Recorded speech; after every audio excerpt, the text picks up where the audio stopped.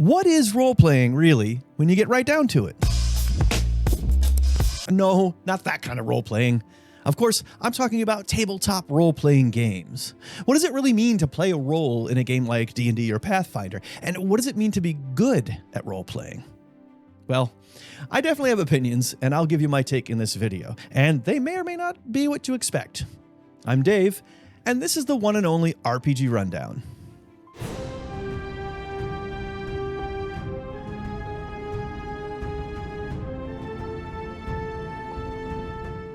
Before I tell you my thoughts on this subject, let me say I know that yes, I am opinionated on this topic, but because I have this opinion doesn't mean I think it's somehow morally wrong to explore other play styles. I totally get that some people don't enjoy my preferred style of play, and that's fine. I'm not trying to say that you should only play the game my way or that it's somehow a moral failing to see it differently. So I'm not trying to cancel other modes of play, but rather advocate for the one I prefer and explain why. But if it's not your thing, hey, you do you and you enjoy what you enjoy. But I do personally think there's a way to play most tabletop role-playing games that brings the best out of them and gives you the kind of experience you simply can't get in a video game or RPG-like tactical board or miniatures game. And it begins with immersion. When you create a character and play the game, guided by that character's personality, likes, dislikes, biases, and values, then the character feels a little bit more real, and so does the world in which that character exists. They push on the world the way that character would, and the world pushes back. This, to me, is how you get the most engaging fun out of a TTRPG system. So first, playing a role is simply doing what your character would do. It's imagining a person in some amount of detail and playing out what that person does as they pursue their goals. No more and no less. Now, this isn't coming up with the coolest lines of dialogue or the most outrageous character concept. It's not even about doing a voice or a fun accent. In fact, putting a lot of emphasis on a cool or funny voice can get old really fast for everyone else at the table. It can work, but it can also be overdone. What can't be overdone, though, is making choices informed by your character and who they are.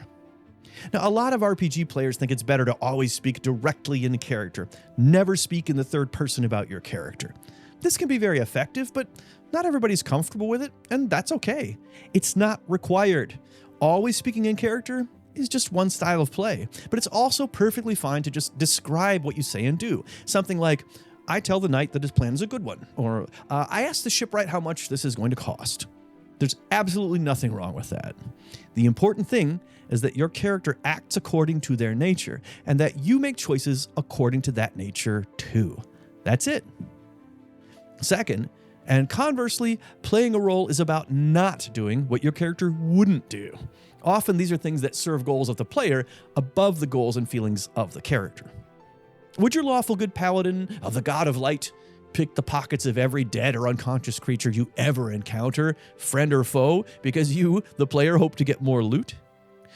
Would your berserker warrior really stop in the middle of their frenzy to discuss how to optimize tactics, while the party fights not to get wiped out by a sudden, powerful ambush because you, the player, just want to win the encounter? This is part of what people mean when they disparage what's called metagaming. Now, I was once in a game in which our party came across an evil cult. We were hiding from them some ways off, watching them begin this ritual. Their leader was about to literally sacrifice a baby. His knife was raising in the air. The downstroke was about to come. The DM let us know there was a ticking clock on this. The rest of my party was bickering over what to do. I decided my character was shocked and alarmed and wanted to prevent this at all costs. I cast Expeditious Retreat on myself and ran down to where the ritual was taking place, intervening to stop that killing blow. Another player, though, was very put out with me. I shouldn't have run down there by myself, he told me. He called my choice a tactical error in gameplay. Those were his words. I couldn't have felt more differently. The party was caught in analysis paralysis, and an innocent being was going to get murdered. I couldn't imagine my character standing by passively allowing this to happen. Some of the players were unhappy with me, but the GM gave me an inspiration point. You see, the GM and I happen to have a fundamentally different idea about roleplay than some of the other players did. But I can tell you that became a really interesting encounter that defined and sharpened my character's values, too. Third, Playing a role is creating a character with relationships, values, and goals. There's a lot of talk about backstory out there, and that's all well and good, but you don't need to feel like you've got to be the most amazing fiction writer with 10 pages on your character's life before the campaign. In fact, you don't even need to feel pressure to have a cool or unique story that will wow everyone at the table. That really isn't the primary purpose of backstories. It's icing on the cake. What's more fundamentally important than that is how your character connects to the game world. Having pre-existing relationships makes your character rooted in that game world. This is often family members of the characters, but it doesn't have to be. Your character might be an orphan who is very close with his mentor from the Bardic College, or an outlaw whose gang is closer than family. But it is important to have people anchoring you to the world. A lot of players are drawn to this one backstory that they come from a burned-down village. I think partly because it feels epic and on theme for heroic fantasy, but also because subconsciously, we realize this could eliminate making choices about close ties with people who are still alive. Simply put, it avoids character development to say, I came from nowhere and I am no one. It can also be a way to remove any kind of vulnerability, anything that could be used against the character.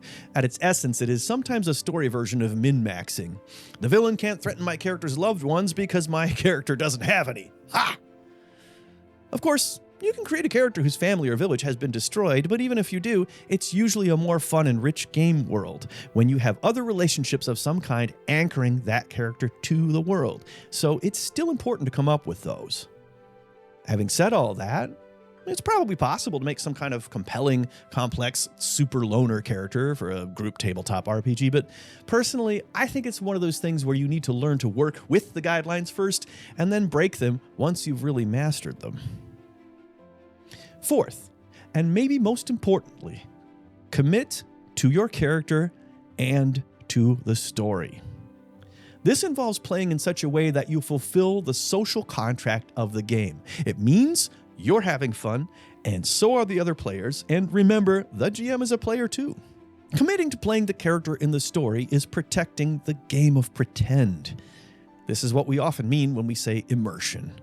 What this means is protecting the feel of the make-believe. So always put your character's thoughts and goals first, before your thoughts about tactics and your game goals. Not the character's stats, but their, yes, character. Your RPG character isn't an MTG deck, or even an Elden Ring build that works best when coldly optimized. Now, I suspect this might be the biggest area for disagreement with my outlook on things, but several decades of playing have shown me that killer builds aren't really that fun in the long run. No question, they're fun to come up with, they're fun to design, but that's usually where the fun ends. So they're very powerful in combat. So what? You don't really win or lose at TTRPGs, and they aren't combo deck building games. Consider the way competitive games like Warhammer or Magic the Gathering are designed to play. These games are meant to be broken.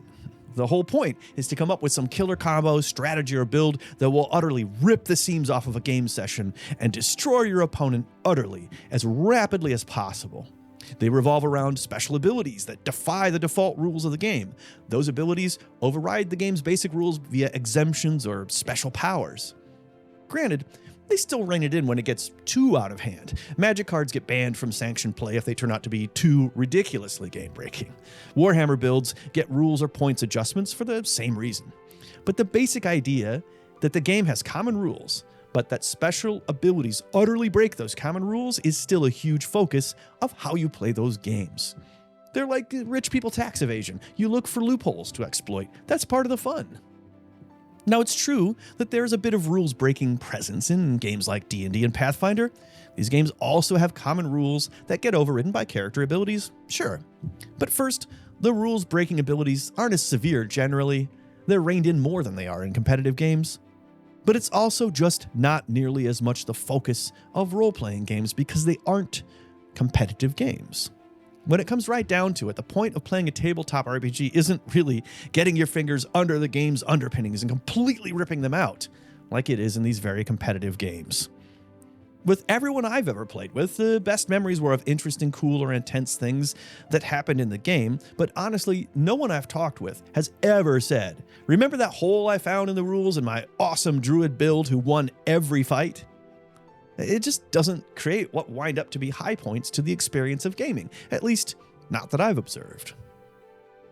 Now, I'm not saying don't optimize at all. You don't want to have an especially ineffective build either. After all, your character does want to be effective. Just don't put the optimizing above the role-playing. Keep things in balance. The optimizing should serve the role-play and not the other way around. And remember that you are playing your character and nobody else's. Don't try to manage what other players are doing. Don't keep constantly telling the person playing the wizard what spells to prepare, which ones to cast, and when. Now, this is a little different with new players who often want guidance in playing, say, a caster class, which can sometimes feel overwhelming. They'll often ask for advice or clearly need some. It's fine to help with that, of course. But at some point, you've got to let that person begin to play the character the way they're playing them. Let them mind their own store, and you mind yours. Having said that, there is nothing wrong with your character advising other characters in character. You may be playing a tactical fighter with a soldier background. It's absolutely appropriate for that character to come up with a battle plan and to go over that plan with the others. It's also fine for that character to call things out during combat on their turn, like, "Get behind cover and shoot your arrows. I will get in this monster's face with my sword." This is not metagaming if it's something your character would really say or do. Remember, that's our guiding light here, doing what our characters would do and not doing what they wouldn't. Just do it within the rules, on your turn, and describe or play out the way your character gives this advice. If it bugs the other players, then rein it in. But if not, and if it makes sense for your character, go for it. Another thing that can really screw with the make-believe is the all comedy all the time approach. Of course, this is a game, and it's meant to be fun, and lots of truly funny things happen in tabletop RPGs. It's one of the reasons we love them. But there's a particular type of role-player comedy that is at odds with the immersion, and that's what people in the UK call taking the piss. The closest thing I can think of in American culture is maybe being the peanut gallery of the moment. This is when the player, not the character, frequently mocks the game world, making fun of conventions or tropes, or just generally using humor to belittle what's going on. It's actually not usually their intent to belittle the game, but nonetheless, that is the unavoidable effect of this behavior. And you know, even that type of comedy is okay in very small doses and just not during big dramatic moments. But when it's used too much or at the wrong time, it completely deflates the big tent of make-believe. Many years ago, I was this type of gamer, and I'll admit that it was a problem for my fellow gamers. I remember being in a game where the GM brought out a monster called a Faerim. At the level we were at, this was an awe-inspiring, fearsome monster, and it happened at a big moment when we didn't expect to be in such danger. For context, this is what a Faerim looks like.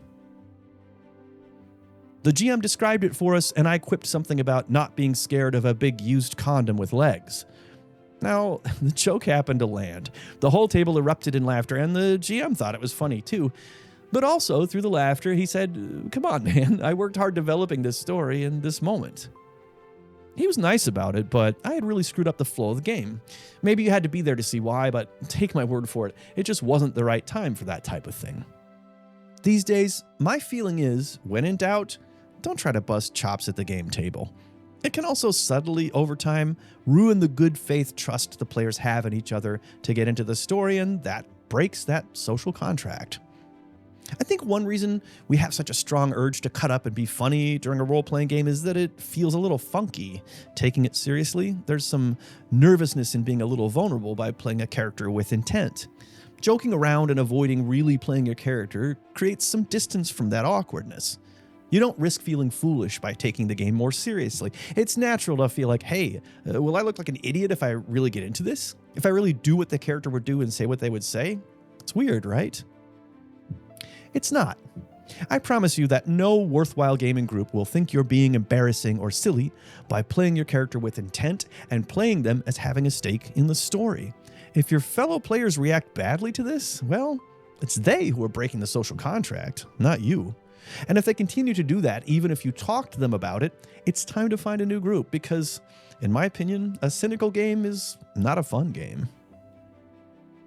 At a high level, I think there are basically two ways to play. One is recognizing the game is cooperative in nature. Your characters are competing against the world and the characters in that world, whether they're player characters or NPCs. But players should not be competing against each other, including competing against the GM. I promise you, any GM worth their salt is not trying to screw you over. They want your characters to prevail. They are not presenting you with obstacles and challenges in the hopes that you always fail. There is no sense in which a good GM is trying to win the game by beating the players. And yes, there are bad GMs, but a GM that is bad in this way is honestly pretty rare. If you do happen to encounter one, I'd say move on and find a new GM. And here's what might be the most important point I want to make about committing to this story. In the majority of tabletop role-playing games, setbacks are okay. Setbacks are even sometimes good. They do not mean you are losing the game. In a game like Magic the Gathering, setbacks are bad. In a Magic game, if I go through several turns where my combo isn't coming together, I am probably going to lose that game. I do everything I can to avoid setbacks. Every turn needs to be effective for my strategy. And the same is true of games like Warhammer. In these competitive games, you do everything you can to minimize things going against your goal. This is also true in a way, and to some extent, in a lot of video game RPGs. And that's where the feeling of the grind comes in. Because you have no control over the story, actual gameplay setbacks aren't really what you want to experience in a video game RPG. Any story setback is built into the game, perhaps unavoidable or maybe part of an array of choices, but in computer RPGs, you typically have very little influence over the story. A lot of players start with competitive or computer games before they come to tabletop games. And when they get to tabletop role-playing games, they carry over the same feel. This is totally understandable, and I'm not criticizing this tendency because I get it. But at some point, if you can't shift your thinking about this when playing tabletop games, my opinion is that tabletop RPGs maybe aren't going to be fun for you. Why? Because setbacks do not represent ultimate defeat or even necessarily a feel of grind in tabletop RPGs. Setbacks can easily become a satisfying part of the story, something the characters can learn from. Even the occasional unbalanced encounter that gets across a story point or contributes to feeling immersed in the setting is not at all a bad thing in tabletop role-playing. For all these reasons, and probably more, you should not feel that you must win every individual encounter. Granted, it's cool when you do, and anyway, let's be real, most of the time you likely will.